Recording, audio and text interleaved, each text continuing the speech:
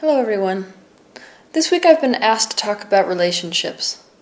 And people ask me what I thought the best piece of advice for having a good relationship is. So today I'm going to share that with you. We are all potential energy. So it's a good thing to recognize the potential that's inherent with anything or anyone. The problem comes when we base our relationships off of potential instead of off of what really is. It's been drilled into your head by our human society that the heroes and heroines are the partners and spouses that see the potential in someone even when they don't see it in themselves.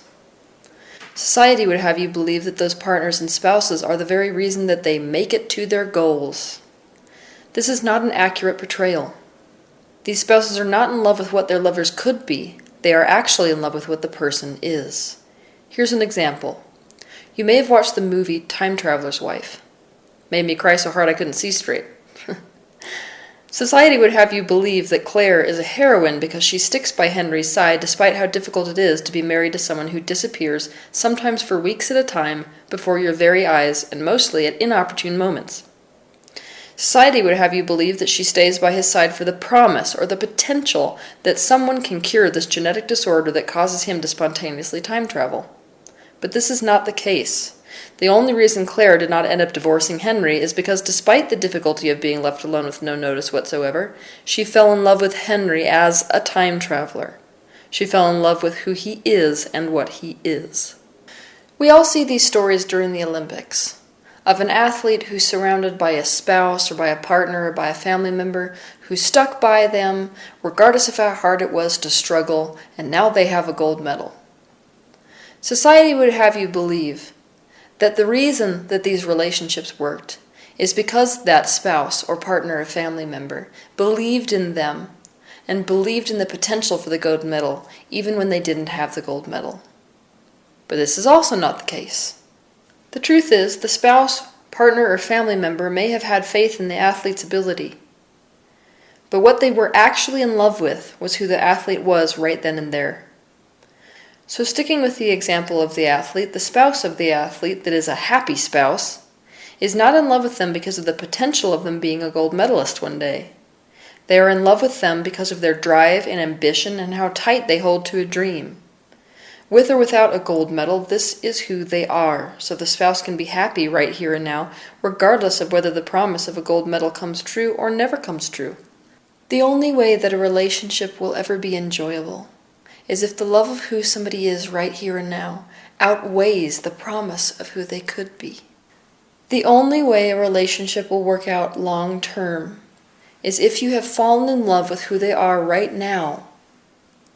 If you were to freeze them in time and nothing ever changed about them, instead of who they told you they could be, or who you think they could be or would be. Our problem is that we start out our relationships banking on futures. We bank on the potential of someone instead of the actuality. So in the beginning, we feel a lot of promise relative to our future. We're excited for it. And the promise of a happy future makes our current reality easier to live with. The problem is, sooner or later we all own up to where we are. And when we're looking at where we are, we feel the lack of the person that we actually want to be with. Instead, we're stuck with the person we don't want to be with, who we were thinking we wanted to be with based on the potential that they could be who we wanted to be with one day. In other words, our illusion is shattered. This is especially true when we've fallen for somebody who happens to be a rainbow seller personality type. To explain a rainbow seller personality type, I'm going to give you a scenario which is rich with metaphor. A rainbow seller personality type is a type of person who cannot love themselves for who they are. They only love themselves for what they could be or will be one day. It is as if their merit and worth is on the other side of the rainbow. They don't really believe in themselves, and after years of chasing that pot at the end of the rainbow to no avail, they no longer believe that they can reach that pot of gold at the end of the rainbow. So they ask you to believe that they can reach it for them. They sell you on the idea that there is a pot of gold at the end of the rainbow. They promise you all kinds of things. that even they don't truly think they can achieve, because they become convinced that maybe with your support and your belief in them, they might actually be able to reach the pot at the end of the rainbow and enjoy that pot of gold awaiting them. And for a while, you get to share in the excitement of the chase. For a while, you believe there's a pot of gold at the end of the rainbow also. In fact, you're in a relationship with them for the pot of gold at the end of the rainbow. And when you begin to notice that the end of the rainbow just keeps moving and receding, and you finally notice that you don't like where you are very much, you start to doubt that there is in fact a pot of gold at the end of the rainbow. And then a funny thing happens. You blame them for it. Not only do you blame them for it, you punish them for it. Not only do you punish them for it, they punish you for it. They get really, really angry, and usually self-destructive, and try to make you think you have betrayed them. They will shame you and guilt you into thinking that you are a bad person for losing faith in the endeavor. Eventually, we're left calling ourselves stupid. We feel like we are, in fact, a bad person for abandoning the dream and abandoning them, and the relationship ends all the same. Or worse, we stay in a miserable relationship of mutual punishment and dissatisfaction for the rest of our lives and die of some disease that our body has manifested because of it. This is what we do when the illusion starts to crumble. First, we blame them for the illusion. Then we blame them for the fact that the illusion is crumbling. And then we have resentment, and we punish them for the fact that they aren't living up to what we want them to be. This is especially true because we live in a society that teaches us that some desires that we have, especially relative to relationships, aren't appropriate. When I say that society has convinced you that wanting certain things in a partner is inappropriate, what I mean is, society tells you it's inappropriate to want something like physical beauty or want something like money and support financially from a partner. So I'm going to give you some very stereotypical examples of how this goes. Scenario 1 is a woman who wants to be with a man that has lots of money. She loves the feeling of being provided for and being with someone who is successful.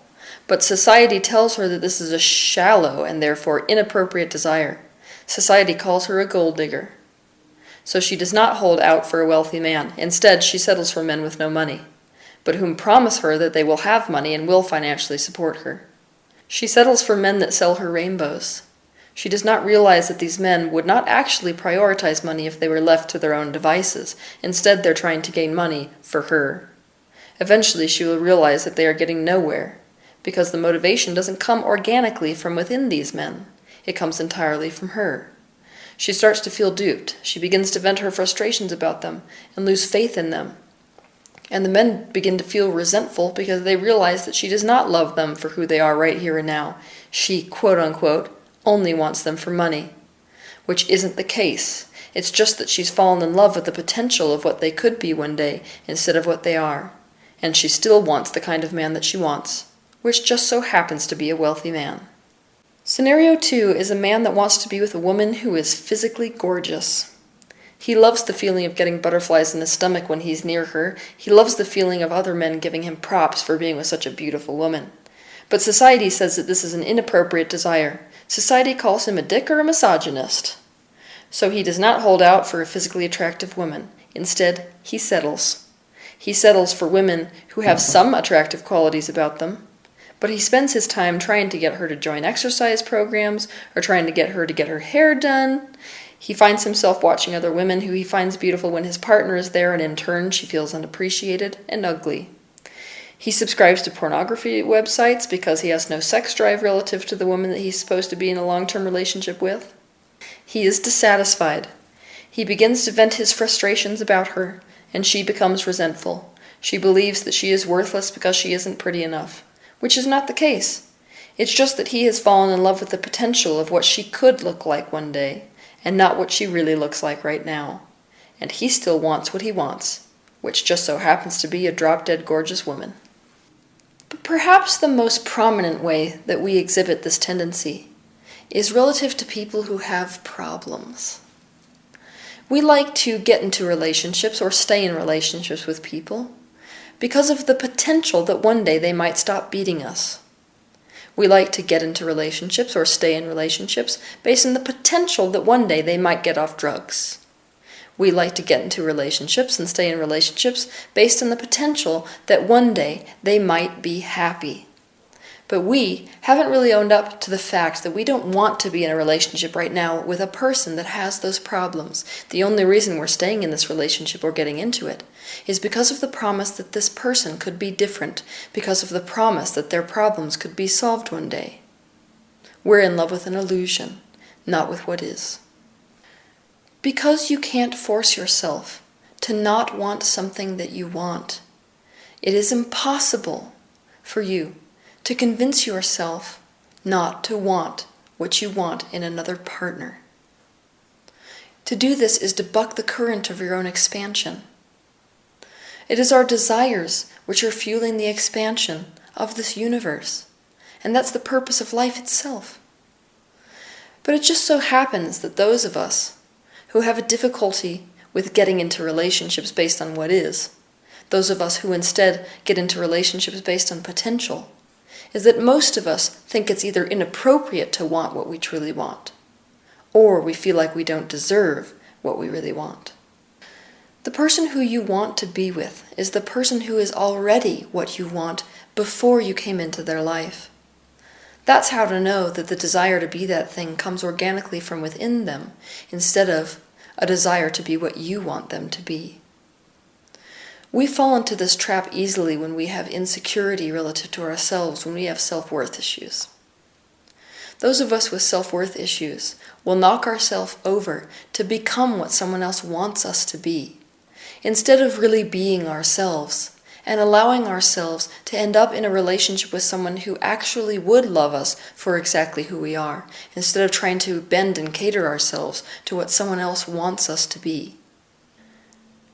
Take a good look at your partner. If you froze them in time and space, and for the rest of your relationship they were exactly like this temperament, these looks, this much money, would you want to be with them? Or would you not want to be with them? If not, you cannot be in a relationship with that person and be happy at the same time, long term. You cannot get them to be responsible for your happiness by trying to change them into what you want them to be. Now take a good look at yourself. If you were to freeze yourself in space and time, and to be right where you are for the rest of your life, with exactly these looks, with exactly these talents, with this job, with this amount of money, would you still love yourself? If not, we have to learn how to love ourselves. And we run the very real risk of selling people on rainbows instead of presenting ourselves the way we actually are. Fall in love with what is, not what could be. This doesn't make you a person of little faith. You can still have faith in someone. Just don't base your decision to be in a relationship with someone off of faith, because if you do, you aren't really loving them. You're loving only what they could be. And don't expect yourself to have an enjoyable relationship with anyone if you dislike who they are right now. You have fallen in love with an illusion. You have fallen in love with something that does not exist. All there is now. The past does not exist, and the future does not exist. And eventually you will find yourself owning up to the now, and all you will see relative to your partner is the lack of what you want them to be. You can't get yourself to not want what you want. Like I said earlier in this program, it is to buck the current of your own expansion.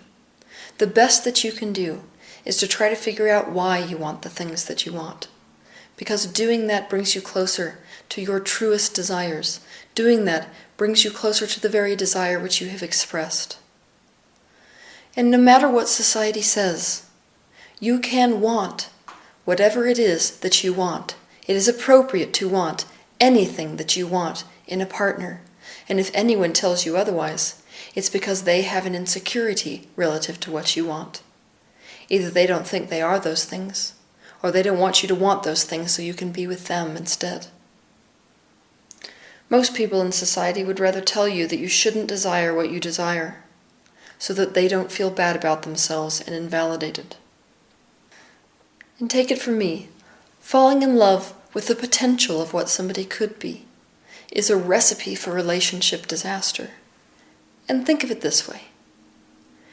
You don't want someone to love you for what you could be, any more than they want to be loved for what they could be.